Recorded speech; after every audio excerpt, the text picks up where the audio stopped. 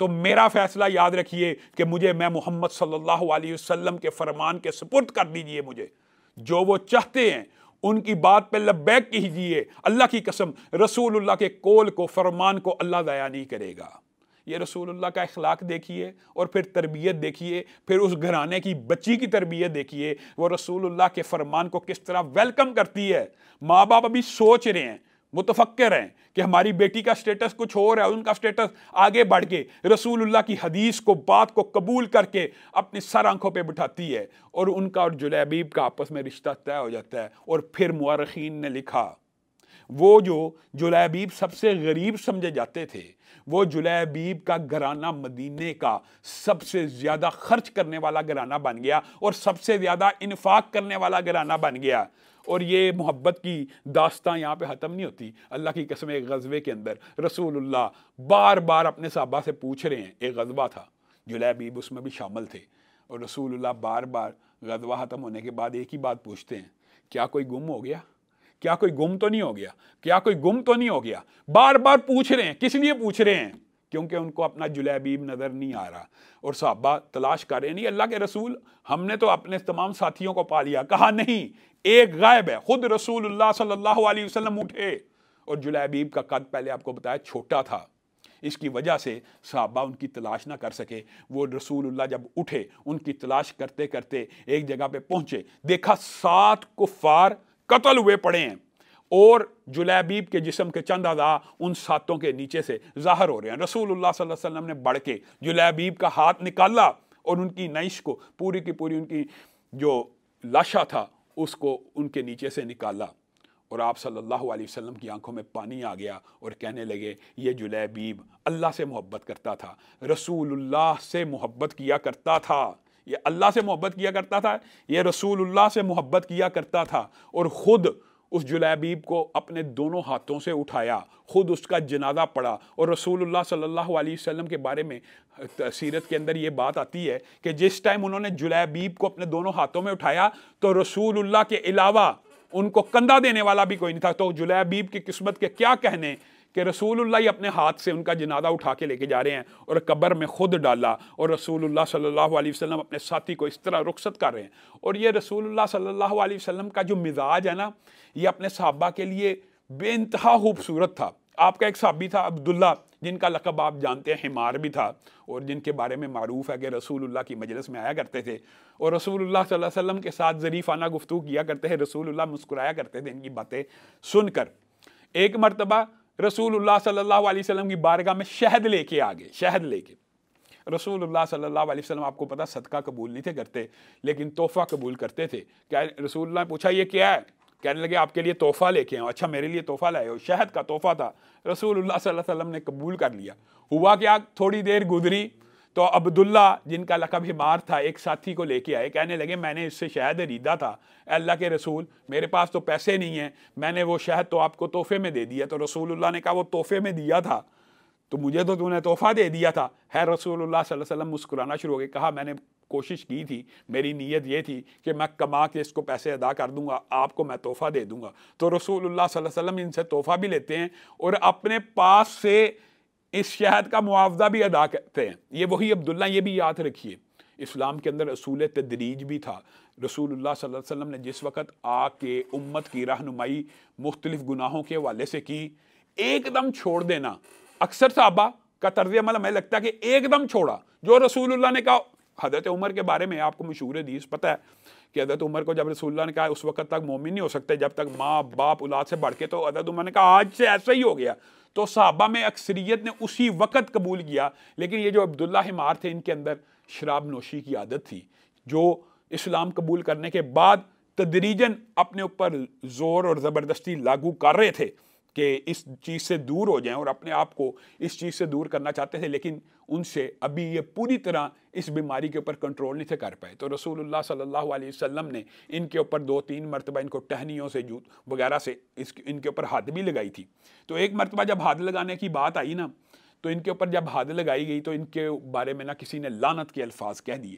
تو رسول اللہ صلی اللہ علیہ وسلم نے کہا اللہ کی قسم اس کے اوپر لعنت نہ بھیجو، یہ اللہ سے اور اس کے رسول سے محبت کیا ہے، اپنے بھائی کی مدد کیا کرو اور شیطان کے مددگار نہ بن جایا کرو۔ گویا مراد یہ تھی کہ اصول تدریج تھا، شروع میں ایک دم یہ معاملہ نازل ہوا تھا تو اس کو موقع دو، اس کو سپیس دو تاکہ یہ اپنی آہستہ آہستہ اصلاح کر لے۔ تو یہ رسول اللہ صلی اللہ علیہ وسلم کا اپنے صحابہ کے ساتھ بھی تعلق تھا اور رسول اللہ صلی اللہ علیہ وسلم کے نہایت عمدہ اخلاق تھے۔ معزز ناظرین گرامی قدر، یہاں پہ لیتے ہیں انشاءاللہ ہم چھوٹا سا وقفہ، اور وقفے کے بعد دوبارہ آپ کی خدمت میں حاضر ہوں۔ ویلکم بیک، پروگرام میرا پیغمبر میں ایک مرتبہ پھر خوش آمدید۔ معزز سامعین گرامی قدر، ہم آپ کے سامنے رسول اللہ صلی اللہ علیہ وسلم کے اخلاق کے حوالے سے چند واقعات رکھ رہے ہیں۔ رسول اللہ صلی اللہ علیہ وسلم کا اپنے صحابہ کے ساتھ جو طرز عمل تھا وہ نہایت سیرت کا ایک سنہری پہلو ہے، اور یہ جو سنہری سیرت ہے یہ رسول اللہ صلی اللہ علیہ وسلم کی، یہ آپ کو اور مجھے سب کو اس کے بارے میں ضرور آگاہی ہونی چاہیے۔ کئی صحابہ رسول اللہ صلی اللہ علیہ وسلم کے ایسے ہیں کہ جن کے نام بھی ہماری نسلیں، ہمارے خاندان، ہمارے بچے نہیں جانتے، تو ہم سب کو ان کے ناموں کے ساتھ اور رسول اللہ صلی اللہ علیہ وسلم کا ان کے ساتھ جو پیار ہے اس کو ضرور لوگوں کو اس سے آگاہ کرنے کی ضرورت ہے۔ جیسے جناب جلیبیب کا واقعہ میں نے آپ کے سامنے رکھا، اسی طرح کے ایک اور صحابی ہیں جن کا رسول اللہ صلی اللہ علیہ وسلم کے ساتھ بڑا گہرا تعلق تھا، اور ان کا نام اگرچہ رسول اللہ صلی اللہ علیہ وسلم نے عبداللہ ذو البجادین رکھا تھا، لیکن ان کا اصل نام عبد العزیٰ تھا۔ یہ مکہ اور مدینہ کے درمیان میں ایک بستی میں رہا کرتے تھے، سلیم الفطرت نوجوان تھے، ابھی 16 برس کے تھے کہ ان کی قسمت ایسے پلٹی کہ جب ہجرت شروع ہوئی تو جو قافلے آتے جاتے تھے وہ ان کے پاس سے ہو کے جاتے تھے، یہ راہ گزر تھی ایک، ان کے رستے میں وہ بستی آیا کرتی تھی، تو یہ صحابہ سے قرآن پاک سیکھا سمجھا کرتے تھے۔ تو ابتدا ہی میں جیسے یہ باتیں سنی کہ اللہ کا ایک رسول آیا ہے، پیغمبر آیا ہے، یہ دعوت لے کے آیا کہ اللہ کے علاوہ کسی کی عبادت نہیں ہونی چاہیے، انہوں نے بغیر دیکھے اسلام کو قبول کر لیا، اور یہ قرآن پاک کو حفظ کرنے میں بڑی مہارت رکھتے تھے۔ جو بھی قافلہ آتا، اب ان کی یہ خواہش ہوتی تھی جو بھی قافلہ یہاں سے گزرے وہ مجھے قرآن کی چند آیات سکھائے، میں اس کو حفظ کر لوں۔ اور ان کا ایک چچا تھا جس نے ان کو پالا تھا، یہ آپس میں چچا بھتیجا بہت زیادہ ایک دوسرے سے محبت کیا کرتے تھے۔ تو عبد العزیٰ کے ذہن میں یہ تھا کہ میں اپنا اسلام چھپاؤں گا، کیونکہ اس کا چچا جو تھا وہ اسلام کے بہت زیادہ خلاف تھا اور یہ اس بات کو جانتے تھے، لیکن یہ کہتے تھے کہ میں ان سے پیار سے بات کر کر کے ایک دن اپنے چچا کو اسلام قبول کروا کے رسول ہاشمی کی بارگاہ میں صلی اللہ علیہ وسلم کی بارگاہ میں لے کر جاؤں گا۔ ہوا یہ متعدد قافلے آئے، اور وہ قافلے کے صحابی ان سے کہا کرتے تھے عبد العزیٰ بس کر دے، اب تو ہجرت کر لے، تو وہ آگے سے یہی جواب دیا کرتے تھے کہ بس میں اپنے چچا کو جس دن اسلام قبول کرواؤں گا ان کو لے کے رسول اللہ کے پاس پیش ہو جاؤں گا۔ کوشش کرتے رہے، اسٹرگل کرتے رہے، یہ جب ٹائم ایسا ہوتا کہ جب چچا قریب نہ ہوتا، یہ صحرا میں جا کے دور دراز جا کے نمازیں بھی پڑھا کرتے تھے، عبادت کے شوقین تھے، قرآن پاک کے بہت بڑے حافظ بنتے چلے جا رہے ہیں، تاکہ جو گزرتا تھا قافلہ جتنا قرآن سکھاتا اتنا ہی یاد کر لیا کرتے تھے۔ پھر آخر ایک دن صبر کا پیمانہ لبریز ہو گیا، اپنے چچا کو کہنے لگے اے چچا میں آج آپ کے سامنے ایک بات رکھنا چاہتا ہوں۔ چچا نے کہا رکھو، کہا میں گواہی دیتا ہوں کہ اللہ کے علاوہ کسی کی عبادت نہیں ہونی چاہیے، اور رسول اللہ صلی اللہ علیہ وسلم اللہ کے رسول ہیں۔ چچا کو غصہ آ گیا، یہ کیسے ہو سکتا ہے؟ میں نے پالا، میں نے نعمتیں دی، میں نے پرورش کی، میں نے ناز و نام سے رکھا، تیری خواہش کو میں نے پورا کیا، آج میرے ہی مرضی کے برخلاف کھڑا ہو کے اسلام کو قبول کرتا ہے اور مجھے کہہ رہا ہے کہ میں اسلام کو قبول کروں؟ تیرے سے تیری ہر نعمت چھین لی جائے گی اگر تو اسلام کو قبول کرے گا۔ تو عبداللہ ذو البجادین نے اس وقت ان کو کہا کہ میرے سے ہر چیز بھی اگر چھین لی جائے تو میں اب اسلام کو چھوڑنے والا نہیں، اب تو اسلام کو قبول کیے ہوئے ایک عرصہ گزر چکا ہے، میں نے اپنا اسلام کو چھپایا تھا، میں چاہتا تھا آپ اسلام کو قبول کریں۔ اسی وقت چچا نے ناد و نام اور نعمتیں تو ظاہر ہے ہجرت والوں کی چھنی تھی، اسی وقت کپڑے بھی اتارنا شروع کر دیے، حتیٰ کہ ان کے بارے میں آتا ہے صحیح روایات کے اندر کہ ان کے پاس صرف ٹاٹ کے 2 ٹکڑے رہ گئے جس سے انہوں نے اپنا سطر ڈھانپا اور پیدل ہی ہجرت کی اور رسول اللہ صلی اللہ علیہ وسلم کی بارگاہ میں آ کے پیش ہوئے۔ 16 برس کی عمر میں اسلام قبول کیا، 20-21 برس کے تھے جب مدینہ میں ہجرت کر کے رسول اللہ صلی اللہ علیہ وسلم کی بارگاہ میں پیش ہوئے۔ جب رسول اللہ کی بارگاہ میں پیش ہوئے تو کہا گیا یہ کون ہے؟ تو اس وقت عبد العزیٰ جب ان کا نام تھا، انہوں نے اپنی ساری داستان سنائی، تو رسول اللہ صلی اللہ علیہ وسلم نے پیار سے ان کو ویلکم کیا۔ اتنا عمدہ اخلاق ہے، یہ دیکھیں کہ وہ عبد العزیٰ آج تاریخ میں وہ نام نہیں ملتا، آج نام ملتا تو عبداللہ ذو البجادین کا نام ملتا ہے۔ اور رسول اللہ صلی اللہ علیہ وسلم نے ان کو دل بجدین کا خطاب کیوں دیا؟ کیونکہ ہجرت کے وقت ان کے جسم کے اوپر ٹاٹ کے صرف 2 ٹکڑے رہ گئے تھے، اس لیے ان کو دل بجدین کہا جاتا ہے یا دل بجدین کہا جاتا ہے۔ اس کی وجہ یہ ٹاٹ کے 2 ٹکڑے تھے، اور رسول اللہ صلی اللہ علیہ وسلم نے جب یہ لقب دیا تو یہ اس لقب سے ساری زندگی پہچاننے بھی گئے اور بڑا خوش ہوتے تھے۔ اور یہ کیا کرتے تھے؟ یہ مسجد النبوی کے باہر رسول اللہ نے ان کو کہا تھا کہ میری مسجد اور میرے گھر کے پاس رہا کرو۔ رسول اللہ صلی اللہ علیہ وسلم کا گھر آپ کو پتہ مسجد النبوی کے اندر تھا۔ رسول اللہ نے کہا تھا میرے گھر کے قریب رہا کرو، تو یہ رسول اللہ کے دربان بن گئے اور ہمیشہ ان کے گھر کے قریب رہا کرتے تھے۔ اور رسول اللہ صلی اللہ علیہ وسلم جب بھی کوئی آیت نازل ہوتی ہے اس کو یاد بھی کیا کرتے تھے۔ یہ اتنی اونچی آواز میں قرآن پاک کی تلاوت کیا کرتے تھے کہ حضرت عمر ایک دن ان سے رہا نہیں گیا، کہنے لگے کیا ریاکاری کرتا ہے؟ نبی کریم صلی اللہ علیہ وسلم نے کہا چھوڑ دے عمر، یہ اللہ سے محبت کرتا ہے، یہ رسول اللہ سے محبت کرتا ہے، یہ حقیقی ذکر کر رہا ہے، یہ ریاکاری نہیں کر رہا۔ اونچی آواز میں تلاوت کیا کرتے تھے، اونچی آواز میں اللہ کا ذکر کیا کرتے تھے۔ خیر، جو ان کی تاریخ اور سیرت پڑھنا چاہتا ہے وہ ان کی سیرت کے اوپر مستقل جو کتابیں موجود ہیں ادھر سے پڑھ سکتا ہے۔ مختصر یہ زندگی تیزی سے گزرتی چلی گئی۔ ایک وقت آیا، آپ کو پتا غزوہ تبوک کا، اس وقت ان کے دل میں بھی خواہش پیدا ہوئی، رسول اللہ کی بارگاہ میں پیش ہوئے، کہنے لگے اللہ کے رسول، آج آپ سے ایک التجا ہے، گزارش ہے، ایک عرصہ آپ کی خدمت میں گزار دیا، آج یہ گزارش کرنا چاہتا ہوں کہ مجھے اللہ کی بارگاہ میں شہید کر دیا جائے، اللہ مجھے شہادت کی موت دے۔ رسول اللہ صلی اللہ علیہ وسلم شہادت کی موت کے جو صحابہ طلبگار ہوا کرتے تھے ان کے لیے دعا کر دیا کرتے تھے، اور رسول اللہ خوش ہوا کرتے تھے۔ شہادت کا ایک اپنا مقام مرتبہ ہے، لیکن رسول اللہ کے دل میں ان کی عجیب محبت تھی۔ مورخین لکھتے ہیں کہ رسول اللہ نے کہا میں نے تیرا خون کافروں کے اوپر حرام کر دیا ہے، میں تیرے لیے شہادت کی دعا نہیں کروں گا، ہاں لیکن تجھے ایک بدلے میں اس سے بہتر انعام دیتا ہوں۔ وہ کیا؟ اگر تو بخار سے بھی فوت ہو گیا تو تجھے شہادت کا رتبہ مل جائے گا۔ یہ دعائی تھی رسول اللہ صلی اللہ علیہ وسلم کے اسی غزوے کے اندر، یہ رسول اللہ کے منہ سے نکلنے والے الفاظ تھے۔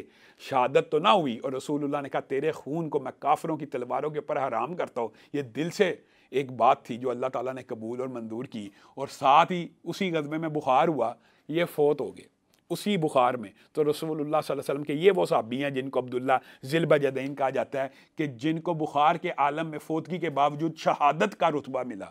تو رسول اللہ صلی اللہ علیہ وسلم ان کی نشست کو اٹھائے ہوئے، ان کی میت کو اٹھائے ہوئے لے کے جا رہے ہیں قبرستان کی طرف، اور ساتھ میں کون ہے؟ شیخین، حضرت ابو بکر بھی ہیں، حضرت عمر بھی ہیں، اور ان دونوں کو کیا کہتے ہیں؟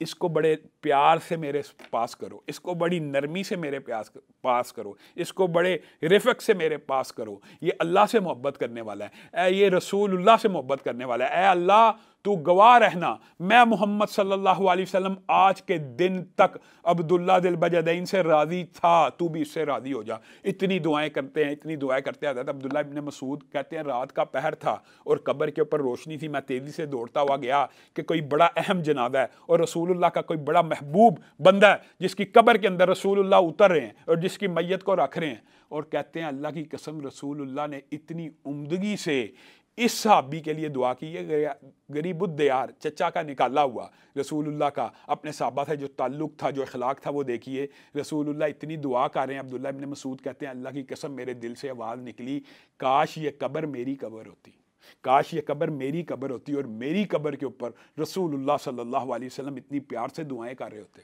یہ رسول اللہ صلی اللہ علیہ وسلم کا اخلاق اپنے صحابہ کے لیے بھی تھا اور غیروں کے لیے بھی تھا۔ پہلے بھی آپ کے سامنے بے شمار واقعات غیروں کے رکھے ہیں، ان میں سے ایک واقعہ جو ابھی میرے ذہن میں آ رہا ہے، سہیل بن عمر، آپ کو پتہ قریشیوں کے کتنے بڑے سردار تھے۔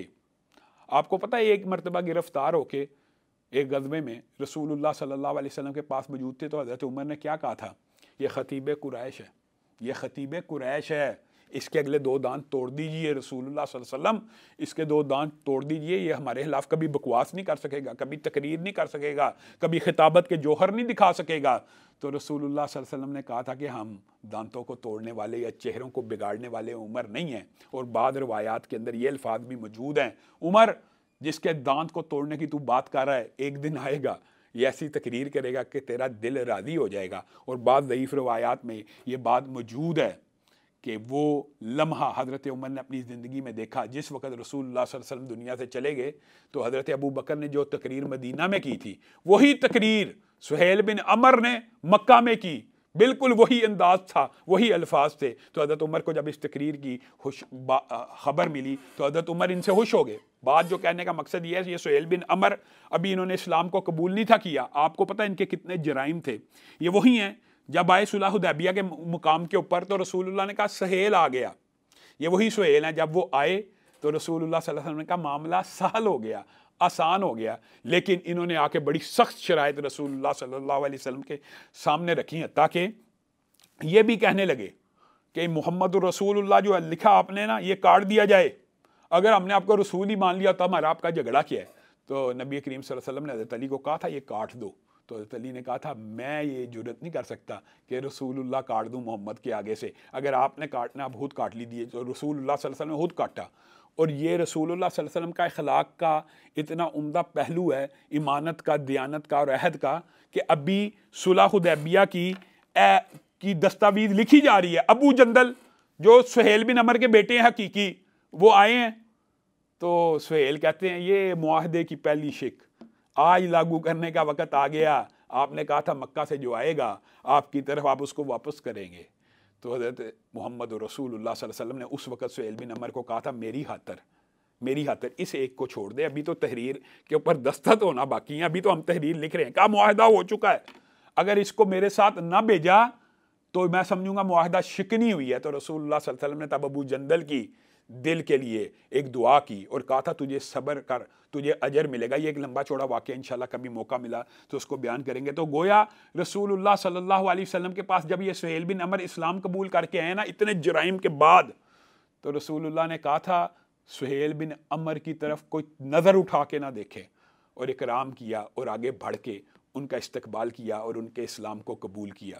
معزز ناظرین گرامی قدر، یہاں پہ آج ہمارے پروگرام کا وقت ختم ہوا چاہتا ہے، انشاءاللہ کل ایک نئے پروگرام کے ساتھ آپ کی خدمت میں حاضر ہوں گے۔ والسلام علیکم ورحمۃ اللہ وبرکاتہ۔